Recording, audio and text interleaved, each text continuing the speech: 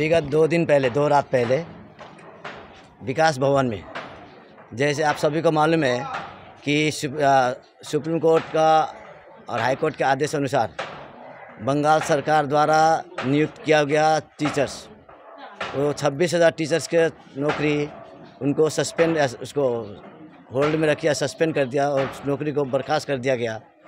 तो उसके बाद अब वो नौकरी के लिए देन एंड देयर उसी समय जब वो ऑर्डर, कोर्ट का ऑर्डर आने के बाद ममता दीदी ने कहा था कि हम सभी टीचरों को जिसको बर्खास्त किया गया है उस सभी को हम कहीं से कहीं ना कुछ उपाय करके उनको दोबारा नौकरी को चांस देंगे या दोबारा नौकरी करने के लिए मौका मिलेगा उनको। पहला मौका उनको ही दिया जाएगा।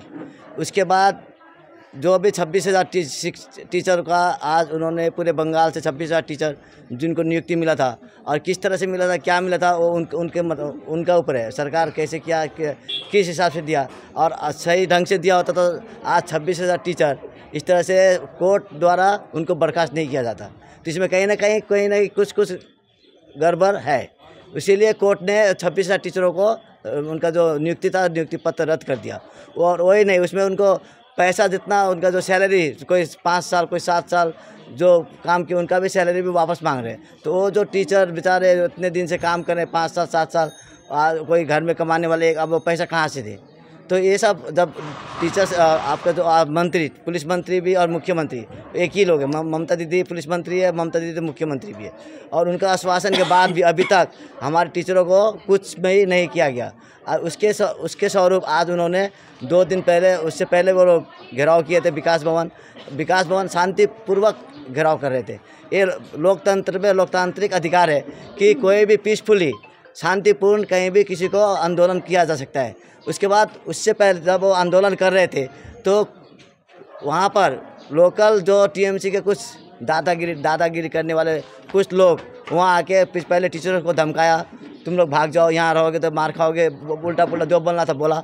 उसके बाद उन्होंने उस विषय को लेके कि आज टीएमसी के कुछ गुंड्स या कुछ दादा टाइप के लड़के आके हम लोगों को धमका रहे हैं, आप लोग कुछ एक्शन कीजिए। तो उस पुलिस ने उनके बात को कुछ ध्यान नहीं दिया, कुछ एक्शन नहीं लिया।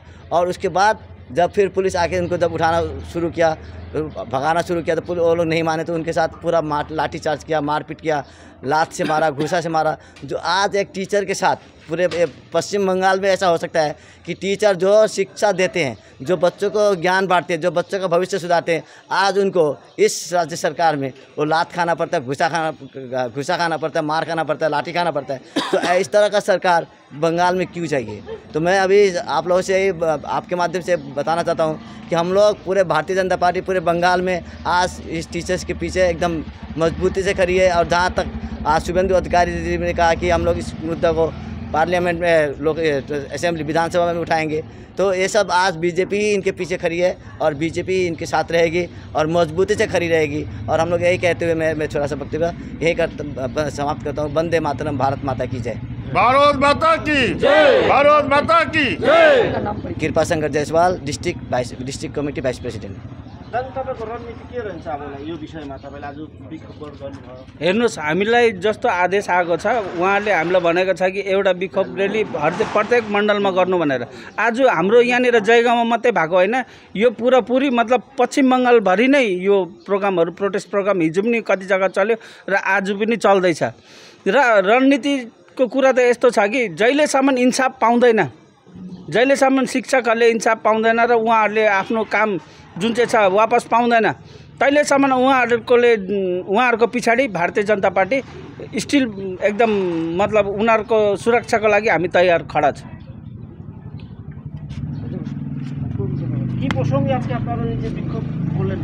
আমাদের ওই বিকাশ ভবনে যে আপনার যে টিচার যেসব ছিল 2 দিন থেকে যে ওরা বসছিল, ওরা বসার পরে পুলিশ গিয়ে ওদের উপরে যে অত্যাচারিতভাবে লাঠি চার্জ করে রাত্রিবেলা, মানে যেইভাবে মারপিট করে, মানে যেটার কোনো বিকল্প আর কোনো ভাষা নেই।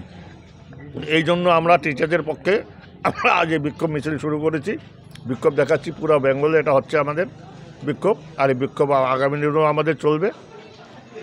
বিক্ষোভে আপনারা সীমাবদ্ধ থাকবেন কি শিক্ষকদের জন্য কোনো আপনাদের বিশেষ কোনো আপনাদের ডিমান্ড রয়েছে বা না, আমাদের শিক্ষকদের জন্য এখানে যারা গভর্নমেন্টে সরকারে যারা আছে এই তো ওরা তো স্টেপ দেবে, আমরা তো শিক্ষকদের পাশে আসি।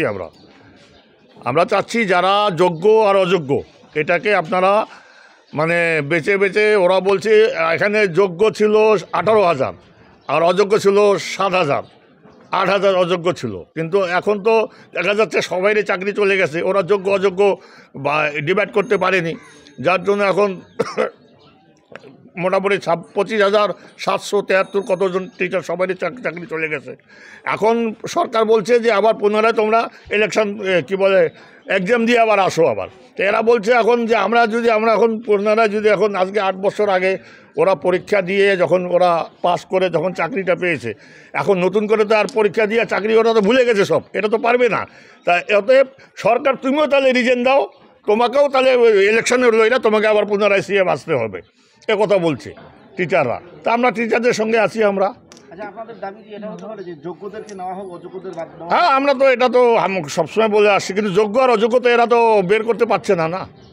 এরা তো এরা যে ওএমআর সিট যে আছে সেটা তো সমস্ত আউট করে দিচ্ছে। এদেরকে তো সুপ্রিম কোর্টও সময় দিয়েছিল যে যোগ্য আর অযোগ্যর ওএমআর সিট যেটা আছে সেটা তো আমরা দাও, কিন্তু এরা তো দিতে পারেনি, কেন এরা তো চোর সরকার, সবাই জানে। সমস্ত তো এরা ঘটনার মধ্যে আছে, চুরি করে সব শেষ করে দিয়েছে।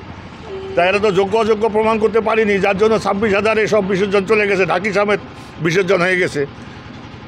আজকে কোথায় কোথায় এটা অল ওভার ওয়েস্ট বেঙ্গল গতকাল থেকে শুরু হয়েছে, আগামী দিনেও হবে। তাই এরকম আমাদের চলতেই থাকবে, যে ডিস্ট্রিক্ট থেকে স্টেট থেকে যা নির্দেশ আসবে সেই নির্দেশ অনুযায়ী আমরা করব। এটা হচ্ছে আমাদের ভারতীয় জনতা পার্টি, সবার সাথে আমরা আছি, অন্যায়ের বিরুদ্ধে আমরা আছি। নাম পরিচয়। প্রদীপ বিশ্বাস।